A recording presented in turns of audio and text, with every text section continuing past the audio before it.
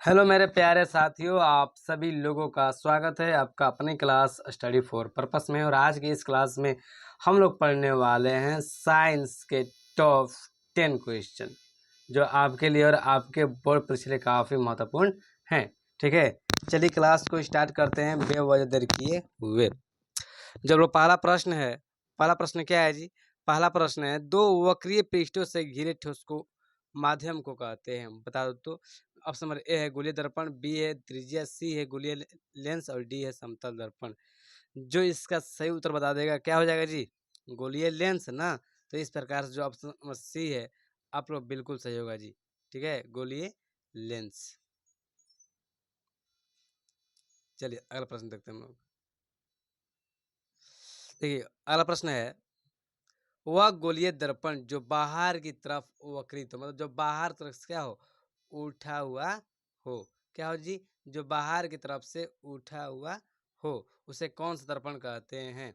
जल्द से जल्द इसे वीवीआई आप लोग कर लीजिए। ठीक है मेरे प्यारे भाई, इसे आप लोग वीवीआई कर लीजिए। चलिए ऑप्शन नंबर ए है अवतल दर्पण, बी है आप लोग का समतल दर्पण, सी है उत्तल दर्पण और डी है इनमें से कोई नहीं।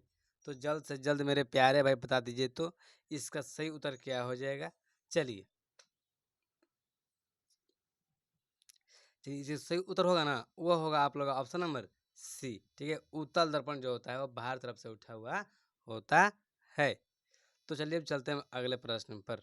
अगला प्रश्न क्या है जी हम लोग का? अगला प्रश्न है, गोलीय दर्पण के परावर्तक क्या है जी? गोलीय दर्पण के परावर्तक पृष्ठ के केंद्र को दर्पण का कहा जाता है, बता दो तो। गोलीय दर्पण, ठीक है, परावर्तक पृष्ठ के केंद्र को, जो केंद्र होता है उसे क्या कहते हैं? मध्य, ध्रुव, गोलार्ध या अक्ष कहते हैं। जल्द से जल्द इसे आप लोग भी, इस प्रश्न को भी आप लोग भी आई कर लो मेरे प्यारे भाई। क्या कर लो जी? वीवीआई कर लीजिए।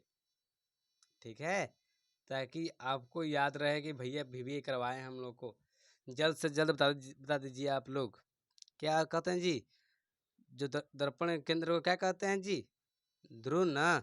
एक मिनट, ऑप्शन नंबर जो बी है आप लोग बिल्कुल सही है। ठीक है, चलिए क्या हो जाएगा? ध्रुव, याद रखिएगा आप लोग। चलिए चलते हैं अगला प्रश्न पर। अगला प्रश्न है, किसी लेंस द्वारा उत्पन्न आवर्धन का ए सही मात्रक क्या है? जल्द से जल्द मेरे प्यारे बता दो तो भाई। किसी लेंस द्वारा उत्पन्न आवर्धन का ए सही मात्रक क्या है? ऑप्शन नंबर ए है मीटर, बी है सेंटीमीटर और सी है आप लोग का मिलीमीटर और डी है मात्रक विहीन। जल्द से मेरे प्यारे भाई बता दो तो इसका सही उत्तर क्या हो जाएगा। इसका जो सही उत्तर होगा ना, पहले सवाल समझ लीजिए आप लोग। एक मिनट पहले सवाल को समझ लीजिए। कहा गया है किसी लेंस द्वारा उत्पन्न आवर्धन का ए सही मात्रक क्या है? तो क्या है जी? मात्रक विहीन है। तो ऑप्शन जो डी है आप लोग बिल्कुल सही होगा। ठीक है, चलिए चलते हैं हम लोग अगला प्रश्न पर। अगला प्रश्न है, लेंस के केंद्रीय बिंदु को कहते हैं, बता दो तो। लेंस के केंद्रीय बिंदु को कहते हैं, क्या कहते हैं जी? ऑप्शन नंबर ए है वक्रता केंद्र, बी है प्रकाशीय केंद्र, सी है द्वारी केंद्र और डी है अक्ष केंद्र। जल्द से जल्द मेरे प्यारे भाई बता दीजिए लेंस के केंद्रीय बिंदु को क्या कहते हैं। चलिए, जो इसका सही उत्तर होगा वह होगा आप लोग ऑप्शन नंबर बी, बिल्कुल सही होगा जी। क्या हो जाएगा जी? बी आप लोग का बिल्कुल सही उत्तर होगा, याद रखिएगा। जो बी है आप लोग का बिल्कुल सही होगा जी। ठीक है, बी पर तीर निशान लगा लीजिए आप लोग। चलिए अगले पर चलते हैं हम लोग। अगला प्रश्न क्या है जी? थोड़ा सा छोटा कर देते हैं। हाँ चलिए,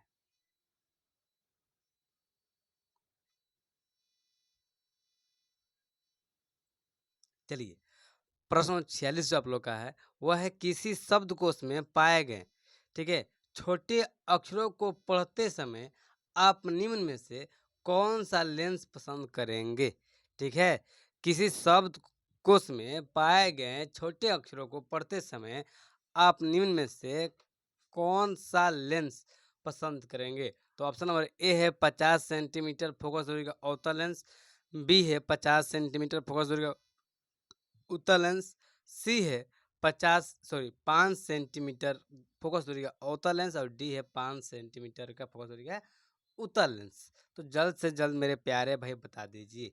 चलिए हम ही आप लोग बता दे रहे हैं, और जितने भी प्यारे भाई हैं तो आप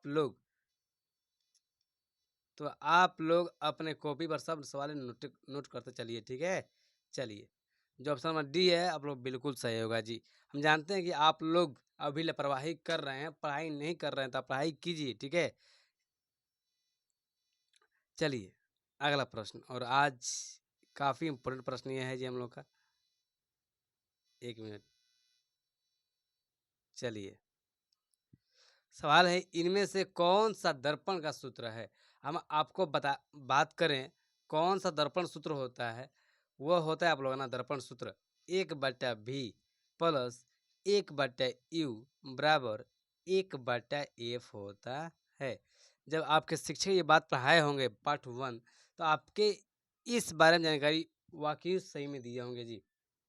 और नहीं पढ़े हैं तो हो सकता है कि आप नहीं जानते होंगे, ठीक है। चलिए, जल्द से जल्द मेरे प्यारे भाई बता दो तो ये यह कहाँ है। तो 1/v प्लस 1/u बराबर 1 में एफ आप लोग का जो है, आप लोग प्रश्न नंबर 1 में ही है। तो इस प्रकार से जो आप लोग प्रश्न नंबर ए है, ऑप्शन नंबर ए है, बिल्कुल सही होगा, ठीक है। चलिए,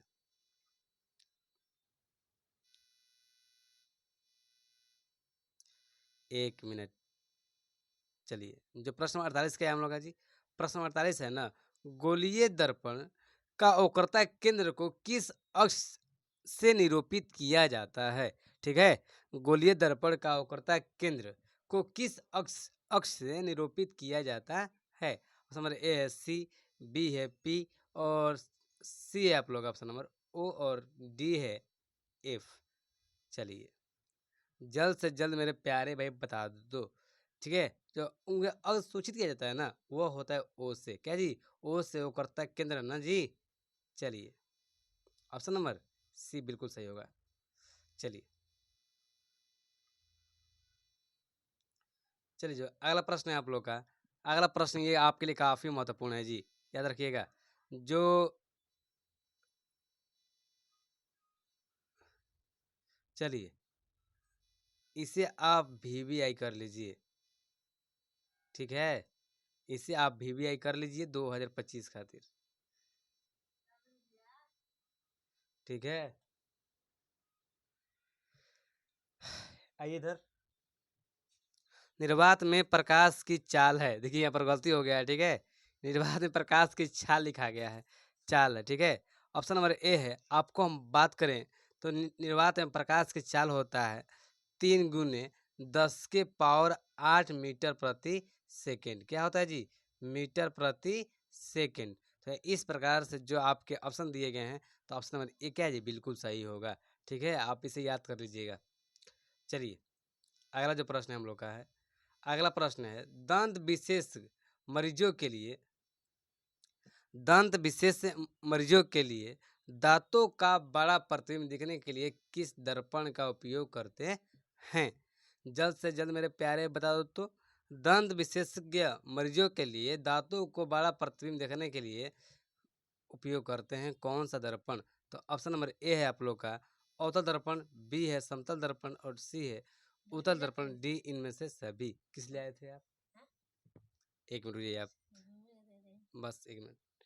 चलिए, जो इसका सही उत्तर होगा ना, यह होगा आप लोग ऑप्शन नंबर ए हो। क्या होगा जी, ऑप्शन नंबर ए बिल्कुल सही होगा, ठीक है।